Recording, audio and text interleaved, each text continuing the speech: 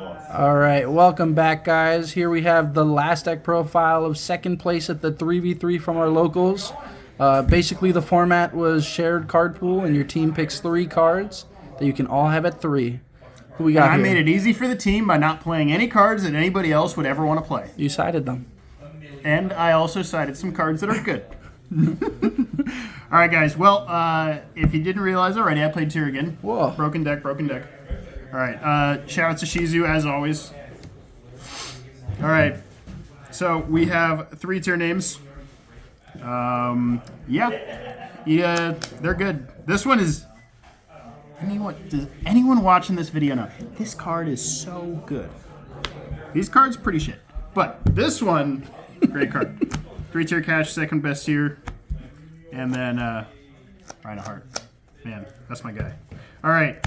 We played 3 field spells, one being a terraforming because we do play thrust in this list. I played 1 grief, 1 scream. So I actually took down the counts on scream for this list because I'm actually using a different engine in this deck that requires a normal summon, which means that most of the time you're not actually normal summoning Rhino, which makes it a little bit worse to play scream. Add multiples anyway. I played 2 Solic and a Meta Noise. I feel like this is like very standard. I mean, Solic is just like the best mill in really any situation. You just want this every time because it gets you a tier cash. Tier cash banishes this, which makes this a live mill later on. This is just the best card. And then Meta Noise is great because it grabs back tier cash, which again, second best tier. So here's the spice. I'm sure you've seen it all on the thumbnail, but we play Lunalight cards. So Lunalight cards. In this deck, if you open Gold Leo, it's like a 1 card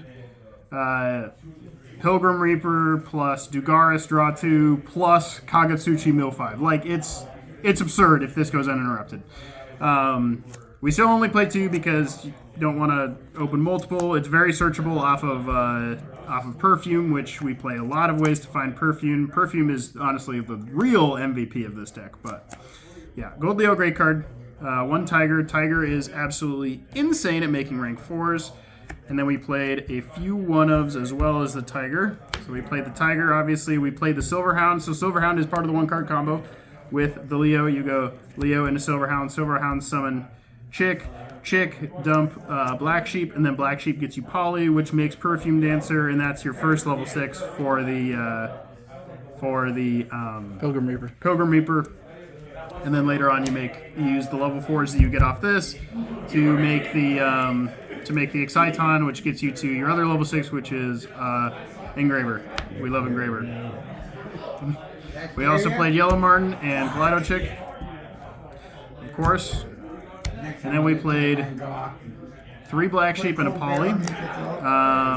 Black Sheep is great because it kind of like it's the one Lunalight that actually extends. The rest of them kind of just are normal summons and are not good to open. You would rather mill them. But if you open Black Sheep, you can go Black Sheep, Surge Poly, and then you can Perfume it back, and then you have a level 2 for Sprint, or, I mean, realistically, it's just because now Perfume is in your yard, and you can use it to search Gold Leo, and Gold Leo's crazy. 2 Engraver and 1 Sonkt. I didn't decide. I did not have enough room to play full Fiendsmith in this engine.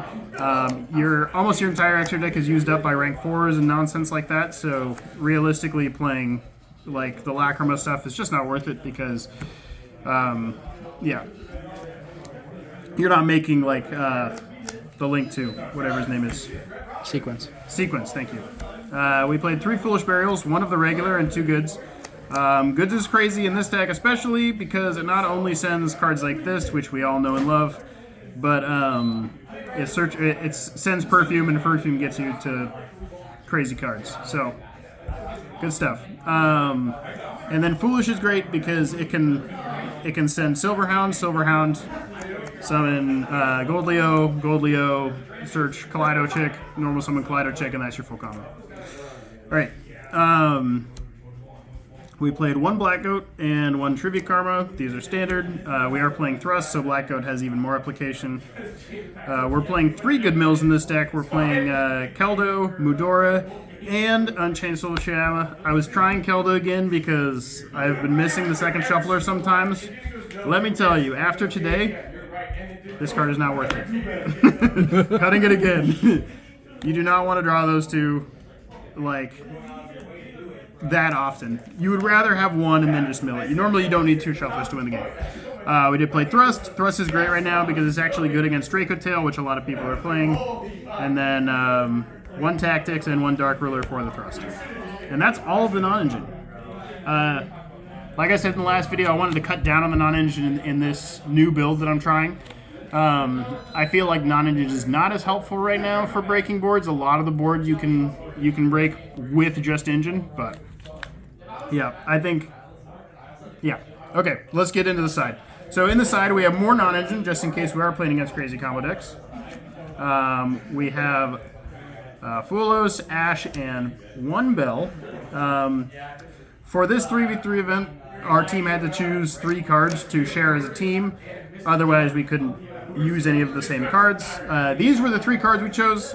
I only put the Bell in there because it was a shared card. Honestly, this could have been anything else, but these cards were crazy. Obviously good cards. One thing I said the last time I showed, or we did a deck profile, was that I was going to put in Double Cyclone, and man, I picked through bulk boxes for literally, I think, an hour and a half to try and find these guys. But man, they were good today. I did do the thing where they negate something with Flame. I chain a Double Cyclone, pop the thing that they're negating with Flame, and pop the Sting, and then it's like so many of their interactions are gone because they also lose 2 of their draws because they don't draw off the Flame, and they obviously can't draw off the Sting because they can't activate it. Super Poly, just a fantastic card.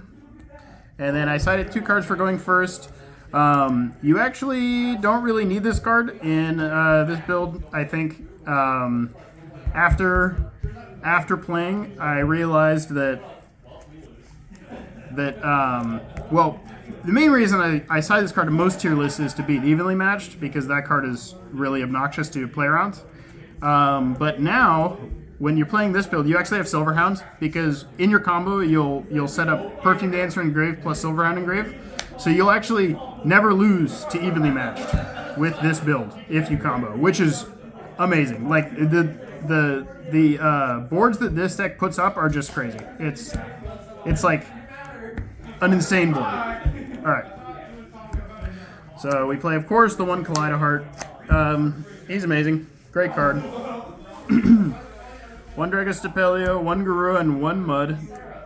These are pretty standard. I mean, these are like the fusions they use to loop themselves. Like, you know, Mud and Dragostapelio loop each other, and then Garua just kind of fits in there as like a good level 6 to make, which can make one of the best cards in the extra deck, Pilgrim Reaper. We also play DDD because we do play Shayama, which is important because you can use Perfume Dancer plus your first engraver to make Pilgrim Reaper, and then you can use your second engraver plus Shayama to make Wave King. And you can also, of course, use the Garua if you can make it early. We played 1 Bujinte, 1 Exciton Knight, and then 1 Dugaris. These are our rank 4s for the Lunalight payoffs. If you haven't read this card before, this card literally says Onyx Sea summon mill 5 cards. So the fact that you can make Pilgrim Reaper and make this means you're milling 10. We're right back into the days where we were milling 10 off of Gito Kelbeck. Like, this card's crazy. And this card is also very good because you have a lot of cards in your deck that you would love in your discard more than you would love in your hand. So discarding them is fantastic. We played 1 Requiem and 1 Necroquip. Necroquip actually can trigger effect in this deck because you can trigger it off Black Sheep, so that's fun. 1 Perfume Dancer. This is the only Lunalight card in the extra deck that I played. I don't play anything like the Liger Dancers or anything like that. You could definitely do it. You'd have to make some concessions elsewhere. And honestly, you might be better off doing it because that card is broken. However, I'm an honest duelist and I want to win with the cards that I like, so there you go. And then we played SP, IP, and Sprint. I feel like whenever I play tier, these are just like, these are my go-to links. I make these almost every game, each one of them. And I mean, this is obviously more than the others, but this always leads into one of these. And then these, you can even have these two on the end board, and then make this with this on your opponent's turn if you used them early, which is really nice. All right, and that's the deck profile. I would definitely make a few changes to the deck. I am not really sure as of right now what it would be.